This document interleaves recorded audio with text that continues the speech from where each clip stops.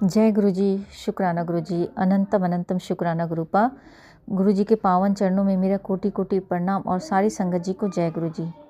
आज सटतिला एकादशी है और सारी संगत जी को एकादशी की बहुत बहुत शुभकामनाएं। संगत जी, आज मैं अपना जो शुक्राना सत्संग है वो एक कथा के माध्यम से आप सभी के सामने साझा कर रही हूँ। संगत जी, हम लोग यह सोचते हैं कि अगर हम नहीं होते तो क्या होता। यह सोच हमें बहुत ही अलग और गलत डायरेक्शन में लेकर जाती है। संगत जी, हमारी उत्तम जो सोच है उसी से हमारे भाग्य का निर्माण होता है और हमारे कर्म ही हमें सही दिशा में ले जाकर हमारे भाग्य का निर्माण करते हैं। संगत जी, इसलिए हमेशा यह कहा जाता है कि हमें अपनी सोच को सकारात्मक रखनी चाहिए ताकि हमारी अच्छी सोच की वजह से हमारा जो जीवन है वो उत्तम दिशा में कार्य कर सके। आज संगत जी, इस कथा के माध्यम से आप सभी के सामने यह साझा करने जा रही हूँ कि यह कथा हमें उस नकारात्मक सोच से बाहर निकालेगी जिस सोच की वजह से आज हम सभी बहुत डिप्रेस्ड फील करते हैं। संगत जी, ये कथा हमारे जो प्रभु राम जी हैं और उनके परम भक्त हनुमान जी के बारे में है। संगत जी, कथा का शुरुआत ऐसे होता है कि एक बार जब हनुमान जी अपने मन में प्रश्न कर रहे थे कि अगर मैं नहीं होता तो क्या होता। लंका से वापस आने के बाद हनुमान जी राम जी के चरणों में बैठे हुए थे और वो राम जी से लंका की सारी वृतांत बता रहे थे। वो राम जी से ये बता रहे थे कि प्रभु, मैं तो लंका गया था माता सीता रानी का पता लगाने के लिए, लेकिन वहाँ कुछ ऐसा आश्चर्यजनक होगा कि मुझे पता भी नहीं था कि मुझे बंदी बना लिया जाएगा और मेरे पूंछ में आग लगा दिया जाएगा और मेरी वजह से पूरी लंका भस्म हो जाएगी। ये सब तो मुझे कुछ पता ही नहीं था प्रभु।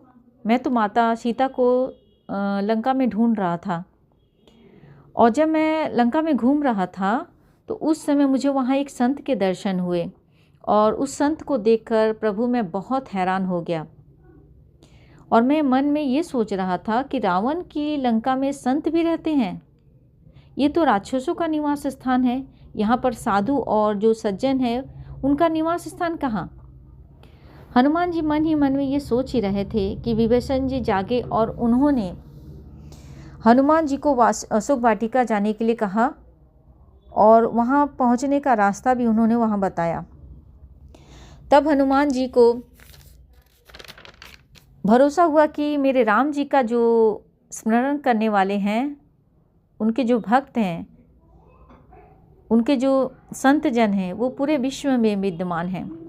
हनुमान जी राम जी से कहते हैं कि प्रभु, जब मैं वाटिका पहुंचा और मैं सोच ही रहा था कि मैं आपका जो संदेश है वो माता सीता के पास कैसे पहुंचाऊं, उसी वक्त मैं देखता हूँ कि रावण अपनी तलवार लेकर आया और क्रोध में आकर वो माता सीता को मारने के लिए दौड़ा। उसका यह दुस्साहस देखकर मुझे बहुत क्रोध आया और ऐसा लगा कि मैं अभी जाकर उस तलवार से उसका वध कर दूं। तभी मैं देखता हूँ कि महारानी मंदोदरी आकर रावण का हाथ पकड़कर उसे रोक देती है और कहती है कि स्वामी, आप यह गलती ना करें। यह देखकर मैं हैरान हो गया कि महारानी मंदोदरी को ये तो सब देखकर बहुत खुश होना चाहिए था कि अब उनका जो पति है वो किसी और का नहीं होगा और वो ही लंका की महारानी बनी रहेगी। लेकिन महारानी ने रावण का हाथ थामा और उन्हें यह कार्य करने के लिए मना कर दिया। तब मैं सोच रहा था कि मैं नहीं होता तो क्या होता, लेकिन महारानी मंदोदरी ने आकर मुझे बहुत बड़ा संदेश दिया कि तुम अगर नहीं होते तब भी माता सीता की रक्षा हो जाती। जब रावण के सैनिक मुझे बांध के रस्सी में बांध के ले जा रहे थे, तब भी मेरे मन में बहुत सारे प्रश्न आ रहे थे प्रभु।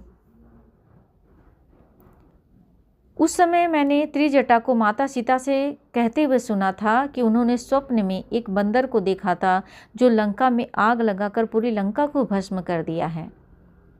लेकिन मैंने सोचा कि ऐसा कुछ तो मैं करने यहाँ आया ही नहीं हूँ, तब ये ऐसा क्यों कह रही है माता सीता से। जब रावण के सैनिक मुझे सभा में रस्सी से बांध रहे थे, उस समय मैं खुद को छोड़ दिया और अपने अंतरात्मा से मैंने कहा कि अब मुझे कुछ नहीं करना है, मैंने सब कुछ करके देख लिया है। रावण के सैनिक मुझे मारने मेरी तरफ आए, तब भी मैंने खुद को बचाने का तनिक भी प्रयास नहीं किया, क्योंकि मुझे पता था प्रभु कि आपकी जो योजना है वो मेरी समझ से परे है। तब मैं देखता हूँ कि विभीषण जी अपने सिंहासन से उठते हैं और कहते हैं कि हे महाराज, दूत को मारना अनीति होती है। वो रावण को समझाते हैं और मुझे नहीं मारा जाता है। यहाँ मेरी रक्षा रावण का भाई विभीषण करता है और माता सीता की रक्षा उनकी पत्नी मंदोदरी करती है। तब मुझे समझ में आया प्रभु कि अगर मैं नहीं होता तो क्या होता। प्रभु की महिमा से सब कुछ अच्छा होता, सब कुछ ठीक होता, उत्तम होता। लेकिन प्रभु, मुझे आश्चर्य तो तब हुआ जब रावण ने सैनिकों को आदेश दिया कि इस बंदर की पूंछ में कपड़े बांधकर तेल डालकर आग लगा दो। तब मुझे समझ आया कि त्रिजटा ने माता सीता से ये क्यों कहा था कि एक बंदर आएगा और पूरी लंका को जला देगा। मैं तो जलाना चाहता ही नहीं था। मुझे कहाँ पता था कि तेल कहाँ से मिलेगा, कहाँ से लाऊंगा, आग कहाँ से मिलेगा और मैं कैसे करूँगा। तो प्रभु, मुझे उस दिन समझ में आया कि आपको जो काम जिससे करवाना होता है, आप वो काम उससे करवा ही लेते हैं। आप अपना काम रावण से भी करवा लेते हैं। बहुत छोटी सी कथा है संगत जी, लेकिन हमें बहुत कुछ सिखा कर जाती है। संगत जी, इस कथा से यही ज्ञान मिलता है हमें कि हमारे जीवन में सब कुछ पहले से ही प्री प्लान होता है। जो हो रहा है और जो होना है वो सब कुछ पहले से ही तय है। हमें सिर्फ अपने कर्मों पर ही ध्यान देना चाहिए। इसलिए गुरुजी कहते हैं कि सब मुझ पर छोड़ दो, बस अपने कर्म को चंगा रख, फिर मैं तुझे क्या देता हूँ वो देख। संगत जी, गुरुजी कहते हैं कि मैं तुम्हें नींबू की तरह निचोड़ता हूँ, लेकिन वो नींबू क्या है? वो नींबू हमारा क्रोध, लोभ, मोह, माया है, जिसे गुरुजी निचोड़ कर उसे शुद्ध और पवित्र आत्मा में रूपांतरित करते हैं। संगत जी, अब मैं अपना जो शुक्राना सत्संग है उसको यहीं गुरुजी के पावन मंत्र के साथ विराम देना चाहूँगी। और आप सभी को एकादशी की बहुत बहुत शुभकामनाएं। और मैं सभी से यही प्रार्थना करूँगी कि आप सभी मेरे साथ गुरुजी के पावन मंत्र का जाप कर लें। ओम नमः शिवाय, शिवजी सदा सहाय। ओम नमः शिवाय, गुरुजी सदा सहाय। जय गुरुजी, शुक्राना गुरुजी, अनंतम अनंतम शुक्राना गुरुपा। अगर सत्संग कहने के दौरान मुझसे कोई भी भूल चूक हो गई हो तो मैं गुरुपा से माफ़ी चाहूँगी। संगत जी से मैं हाथ जोड़ के माफ़ी चाहूँगी। और जय श्री राम।